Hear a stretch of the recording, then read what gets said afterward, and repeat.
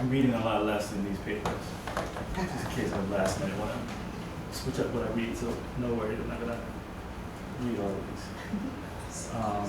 Yeah, Quincy Flowers is my name, and yeah, I have some fiction.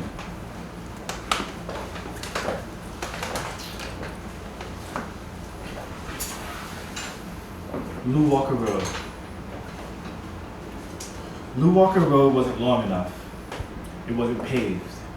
A simple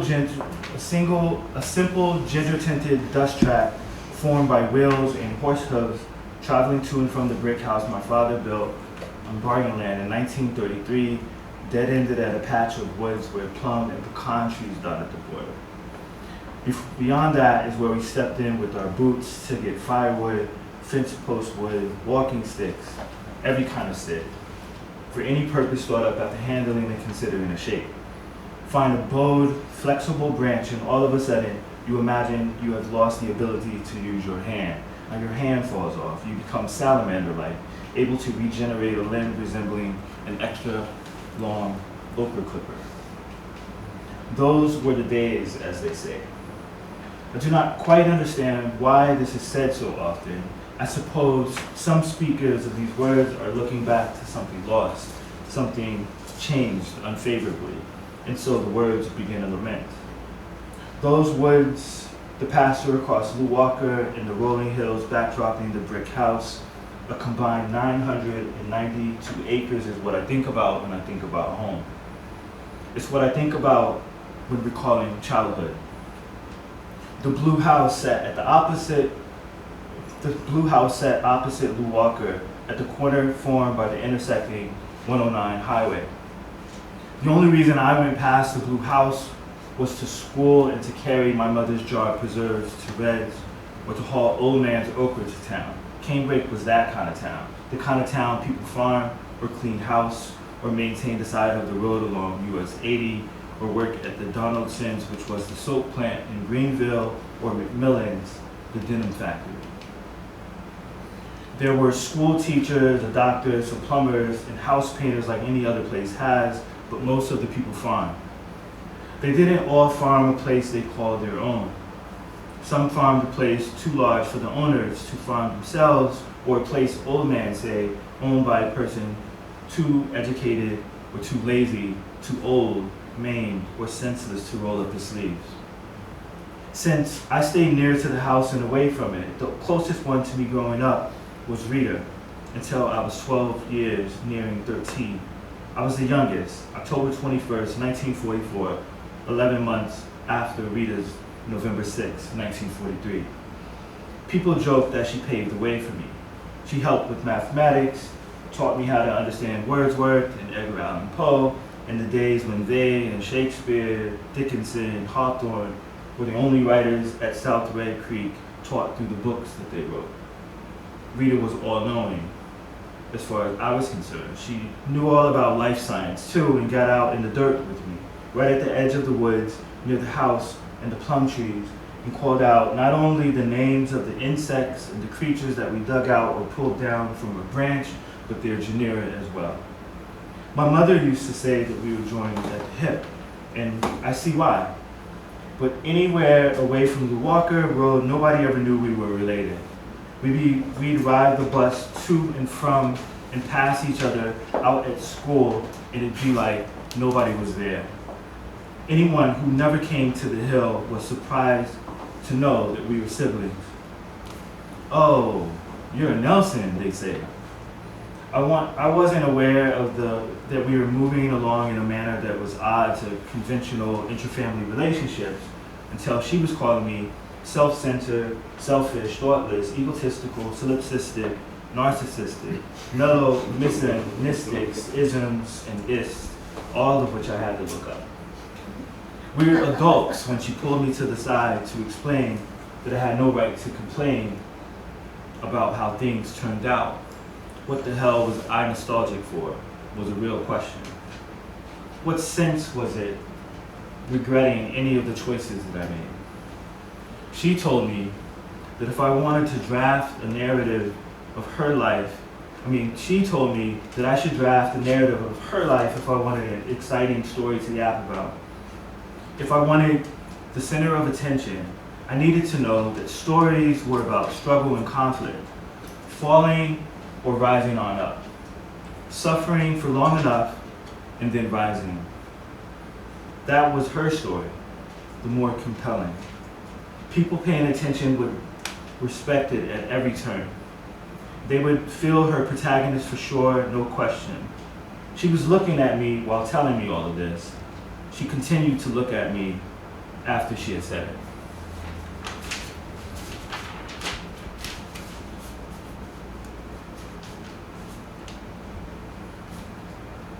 What the world was. My mother was the one people say had all of the memory of our family culinary tradition, passed from our great-great-great-grandmother, who was a slave, whose being a slave has no special significance to the point I am making. But whenever she comes up, the fact that she was born into slavery gets dropped in at the beginning of the telling. The part that is necessary to understand this telling is that my great-great-great-grandmother was a good cook. She happened to be a slave. Her son, Albert Lewis, also happened to be a slave, who so happened to want to join his journey to the end of life with a young woman, another slave, living on the same plantation that all of them were living on. All three of them lived on the same plantation. Great-great-great-grandmother Kizzy Lewis, great-great-grandpa and grandpa Albert and Janie Lewis were a family that lived with other families and individuals who every day thought about what the world was, what life was, and what everything meant, given the context. Everything is relative, and everything is relative to slavery when you were born into it or when your parents were. Sometimes people who knew me from the canebrake tell me that I forgot what life is really like. I don't like it when they say this. It surprises me, and my impulse is a defensive reaction to reject it, and I do that right off. But if I'm honest with myself, I do forget. There was a lot going on in my life, and I devote my attention to those things.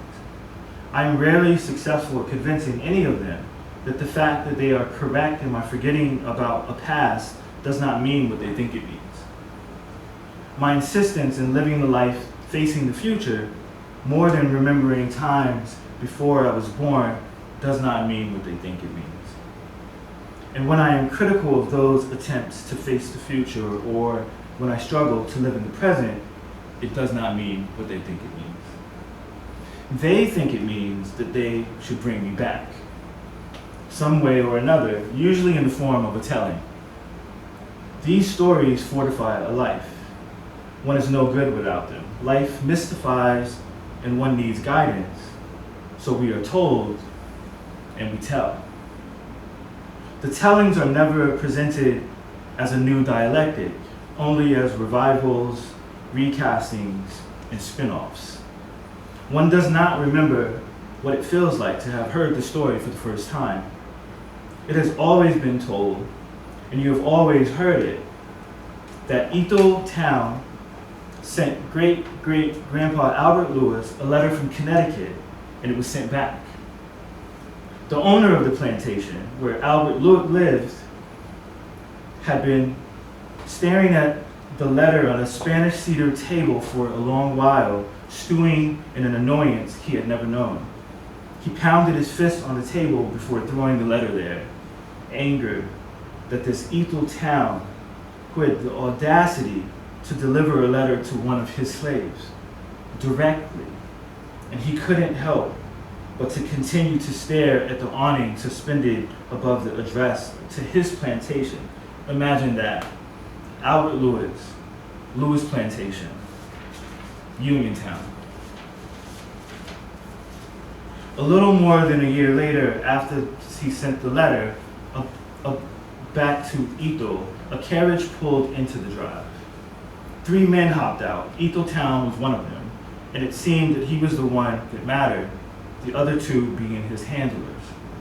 James Lewis had the men brought into a receiving room, a front parlor, where coffee and tea were offered alongside slices of chocolate cake. The cake was so good that the men asked who made it. They said that it was the best cake they ever had. Town asked, was it made of baker's German? And James Lewis told them that he had no idea. He also did not think it important to tell the men that the maker of the cake was the mother of the slave that they had come to discuss. Maybe he thought it too important. Maybe it was all hitting him in that moment, that before this moment, maybe James had taken his life for granted. He had the benefit of counting among his property a master builder and a master cook, and they were kin. I apologize I came off as rude. James Lewis began placing his cup down at the table beside him. No, stop there. Apologies all mine, Town said. Come on now, it was rude not to answer your letter. James Lewis took his cup back in his hand. He held it before bringing it back to his lips and said that he had acted in an unreasonable fury. Well, okay, my sincere apologies if offended. To be sure, I am truly sorry. But if the apology is accepted, let us get down to business. My reason for sending the letter, the reason for my visit here today. Go right ahead, James Lewis was looking at all three men. Town explained that he had sent the letter in error. He did wish to employ Albert in assisting him with building a bridge, but he did not know Albert's situation. When Town was down the August before, signing on to a commission to construct a bridge spanning the Chattahoochee between Harris County, Georgia, and Lee County, Alabama, a well-respected man presented him with Albert's name, explaining that he resided at the Lewis plantation. That well-respected man did not tell me that Albert was a slave, the last thing that Ethel Town imagined. James Lewis admitted that this cleared the matter up. There was true enough a fault committed, but the fault did not belong with any of the men in his parlor. He was tempted to ask the name of this well-respected man. Story has it that Albert did work with Town on several bridges spanning the Chattahoochee River connecting Alabama to Georgia. This much is consistent with the family tellings. My great-great-grandfather, Albert, and my great-great-grandmother, Janie, were on the same plantation with Kizzy, Albert's mother. It is also part of the tellings that eventually Albert was sold to a trader who was returning home to his home in Georgia. That much is solid if the stories are to be taken at face. Discrepancies obscure the rest. Some versions have James Lewis as a jealous man. Others have him as greedy. There are also tellings that refuse to see these two as mutually exclusive. The jealous version is of a plantation owner who has his eye on one of his slaves, but that very woman had her eye on Albert. Typical. In this version, it is out of spite, also typical, that Albert is sold to the trader and then delivered to a plantation in Meriwether County, Georgia. The version that has James Lewis as greedy is told with the same outcome. Albert Lewis is sold to a trader who was on his way to Georgia. But the motivation of the trade is that the property, my ancestor, happened to nearly triple in value. People from great distances called requesting to rent his property. Oh, my bad. Motivation, my ancestor happened to nearly triple in value. James Lewis's slave's name was getting passed to ears outside of his ability to comprehend. People from great distances called requesting to rent his property because of what they said they needed in the form of advice. And that did not make sense to him. That was a stretch to the concept of the world that he thought he lived in. He didn't let that bit of confusion keep him from committing the trade. If they wanted to pay him to shit in their mouth, he'd eat mustard greens the night before to make sure he could deliver the goods. The only thing he needed to decide was how he was going to structure the payments. He could hold on to Albert and collect rent for years, but in the end decided to trade Albert to a man who paid him equal the rent for 10 years. For Albert Lewis was a most highly sought bridge builder across the Black Belt in 19th century United States of America. Who knew how long that would remain a fact? He could get injured. He could run away. He could get injured while attempting to run away. Or injury could be inflicted on him as a penalty for attempting to run away. Strike while the iron is hot, as they say. Buy low, sell high. The present day financial parlance of the market is appropriate to use here and always will be. A man named Ethel Town, who was at the end of his life and career as a bridge design and construction, came down to Georgia and imparted his knowledge on Albert Lewis, so that Albert Lewis had picked up on the craft of the wooden covered lattice bridge, the high cap of Town's craftsmanship and woodwork in general. This is how the tellings had been, and this is how the historical record would have it down. Although eventually and understandably, given how often it was the case, people consulting the record would do so with distrust, suspecting that it might have really been an example of a man of esteem getting introduced to one who was denied any such dispensations and receiving credit for an idea or effort, then was taught a few things about covered bridge design by that very man, and the rest, as you know, is history. At any measure, these bridges were in high demand, and Albert Lewis gained enough reputation for building them that he could eventually afford to pay the $1 a foot that it cost to use Ethel Town's patented design. It was as if the stars had aligned. At the same point in time that a particular bridge design had come into fashion, mostly because it had been so practical, he had been able to build them. He received commissions to do so until he finally convinced a member of the Chamber of Commerce to influence a push-through in Marion, Alabama on the plan to construct a bridge of his own design across the Cahaba River. It was this bridge, my ancestors' realized brainchild, that General Watson's cavalry famously crossed without the infantry squad spearheading. In order to capture General Forrest's men, building their legs and arms until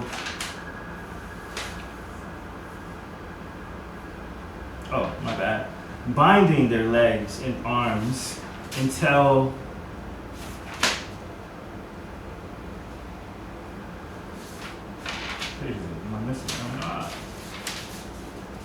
binding their arms and legs until they surrendered. Thus, this is the kind of stories that we heard, much different than the stories that make it seem as if the Confederate troops whipped out their white flags as Selma, Tuscaloosa, Montgomery were being captured. For these places to be captured, I had always known that soldiers had to be captured, that families with children and animals, their belongings had to be captured. General Forrest and his men did not surrender before 99 men were killed and the rest hogtied, and destruction in the place were 2 mills, 7 collieries, 13 factories, a military college, 3 CSA arsenals, a powder magazine, naval armory, 2 gunboats, 35 locomotives, and with 565 cars, numerous railroad depots had stood. And best to believe, Wilson had his men rip up every railroad crossing and bridge once they had gotten across. And it was the bridge that made all the rest possible. After Albert had talent, his mother had talent, his son had talent, Papa Man had talent. All of them had come from my mother's line. So my mother, sure enough, had talent. She married a Nelson, and although they were concerned at the beginning of that union given that old man Nelson had gotten off to a questionable start, he had proven himself to be a talented, smart worker as well. Marvin, Mary, Kaisha, Raymond, Rob, Rita had disappointed by the time this telling picks up.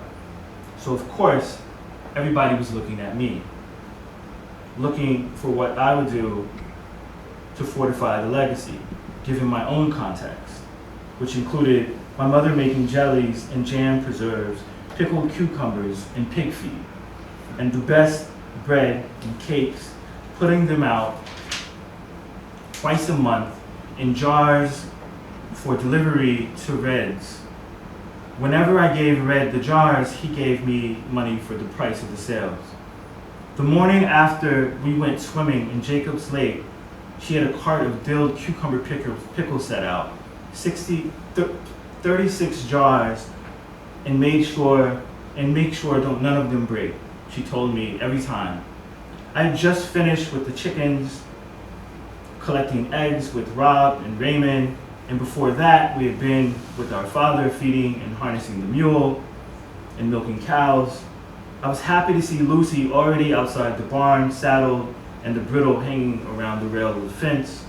I touched her mouth, she leaned into my hand, tilting and rotating her neck, and she continued to tilt her head so that she made sure that I rubbed it around her ears and where her jawline met her neck. Old man came out of the barn then. Bits of straw were in his beard. His eyes beamed. I don't remember that they did so. His eyes always would sop you up. He looked at you and you were wiped clean away, nothing. It was a hard life, a physical life, and I had the typical parents, a father who prepared me for war and a mother who protected me from it. Belle tell you about those pickles? Yes, sir. Well, get on. We got this okra to get to town when you get back. Yes, sir. Where are your brothers? This mule waiting on them. How should I know? You saw them just as well as I did, I wanted to say. He was turned to latch the barn door. I untied Lucy from the post and said, go on around to the front of the house now. Go on, over where the cart with the pickles is parked. She trotted across the uneven grass, staying to the right of the clothesline before turning the corner out of view at the tire tracks alongside our house.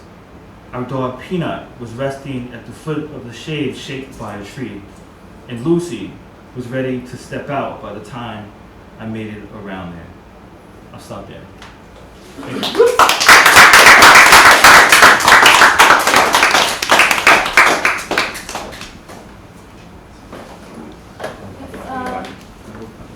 Can you take a quick 5-minute lesson?